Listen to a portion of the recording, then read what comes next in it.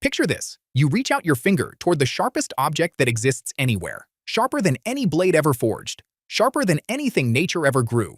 A tungsten needle sitting in a lab right now that ends in one single atom. You brace for the pain, you brace for blood, and if you only brush it lightly, nothing dramatic happens. No cut, no wound, not even a scratch. Meanwhile, a piece of paper opened my finger this morning. Paper, office supplies. So something is badly wrong with how we all think sharpness works. And by the end of this, the cheap knife in your kitchen drawer is going to look like a small miracle. Let's start with the dumb question. What is cutting actually? Your skin isn't a sheet of anything. It's billions of molecules holding hands. Long chains hooked side by side. Picture a chain link fence, but soft and wobbly. Cutting means breaking those handholds along a line. Not one link. A whole row of them, tearing apart together, opening a seam. Hold on to that word. Line. It's the whole video. Because a knife doesn't have a point. A knife has an edge, a wall thousands of atoms long that presses into thousands of molecular handholds at once and drags. That's a cut. A seam. A road torn through a city. Our needle has no edge. It has a point. And here's the first thing nobody tells you about it. That point is a cone. The tip is one atom. But one atom back, it's a few atoms wide. 100 nanometers in, it's already thousands. It's a mountain that happens to end in a pebble. So the single atom part of the sharpest object in the universe is thinner than a soap bubble is deep. And the instant you push past it, you're just being poked by ordinary metal. Which is why real needles, sewing needles, syringes, anything, make what doctors call a puncture wound. A hole, not a seam. Small, round, closes fast, barely bleeds. Because that's what a point does. It shoves molecules aside and makes an opening. The atom on the end doesn't get a chance to matter. That's failure number one.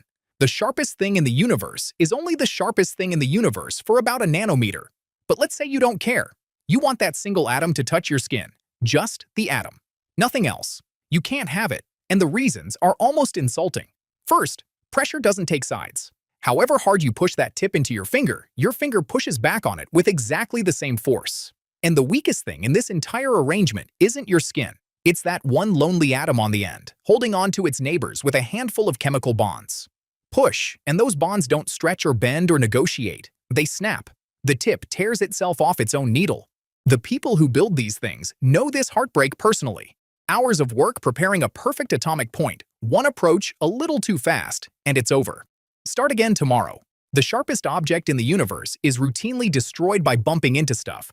Second, and this one's worse, you're greasy. Your fingertip is warm, wet, and coated in oils, salt, dead skin, and bacteria. Bring an atomic tip anywhere near that, and molecules jump onto the apex and stick. It doesn't even need contact. Congratulations, you just turned the sharpest object in existence into an ordinary blunt lump of metal with your fingerprint on it. That's why these tips live in vacuum chambers, often chilled, kept away from air, because air is dirty enough to ruin them. And you're considerably dirtier than air. You don't need strength to defeat the sharpest thing in the universe. You just have to be a person, standing there, being slightly oily. So let's cheat. It's my video. I'm allowed. Forget real physics for 60 seconds. Imagine an impossible needle. One atom wide along its entire length, not a cone, a thread. And indestructible. Unbreakable bonds. Immune to grease. Now push it clean through your finger, in one side and out the other. Now what happens? You'd get a tunnel about a nanometer across. Let me make that mean something. Blow that atom up to the size of a football, and at the same scale, your fingertip is bigger than planet Earth. That's the matchup. A football against a planet. Nobody has ever built such a thing, and nobody ever will, so nothing about this has been measured. But we do know that much larger nanoneedles can puncture individual cell membranes while causing surprisingly little damage. The membrane reseals behind the tip, and the cell keeps going. That's an entire research field, using tips far thinner than a hair to deliver drugs and DNA straight into living cells. So, what would the perfect needle do to your finger? The honest answer is that nobody knows exactly what you would feel. But any damage would be microscopic, far smaller than an ordinary puncture wound, far smaller than the damage your body silently repairs every second of your life. It wouldn't make the report. It wouldn't make the draft of the report. In this story, you were never the victim. You're the hazard. Which brings us back to the thing that started all this. If the sharpest object in existence can barely mark me, how did a sheet of paper manage it before breakfast? To answer that, I have to tell you something mildly upsetting. You've never touched anything, ever, in your life. Every atom wears a cloud of electrons, and electron clouds shove each other away, hard. When you touch a table, your atoms never reach the table's atoms. They stop short, held off by electromagnetic force. That solid feeling between you and your chair right now? Not contact. Two force fields arguing. You have never touched your phone, your food, or another human being. I read this on a forum at 3 in the morning years ago, and I still think about it in elevators. So cutting was never about touching. Cutting is electron clouds ganging up. Enough of them, along a long enough line, shoving on your molecular fence until a whole row of handholds rips at once. Which means sharpness alone was never enough. Geometry, force, and motion matter just as much. A point pushes molecules aside and leaves a hole. An edge grabs 1,000 handholds and drags, tearing a seam. Same physics, completely different injury. One your body barely registers, the other bleeds. And paper is the troll of this story. Under a microscope, the edge of a sheet of paper isn't smooth.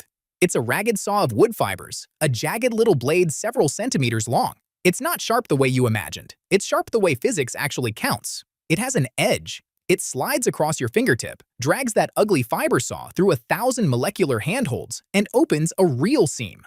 Then, because paper is flexible, it flexes into the cut and keeps sawing. That's why paper cuts hurt far more than they have any right to. Office supplies beat me this morning. The sharpest object in the universe couldn't have. And nature figured all of this out long before we did. Nature uses both strategies. Stingers and fangs puncture, while claws and serrated mouthparts slice. The shape always matches the job. A mosquito needs to get in without waking you, so its mouthparts are a fine serrated saw.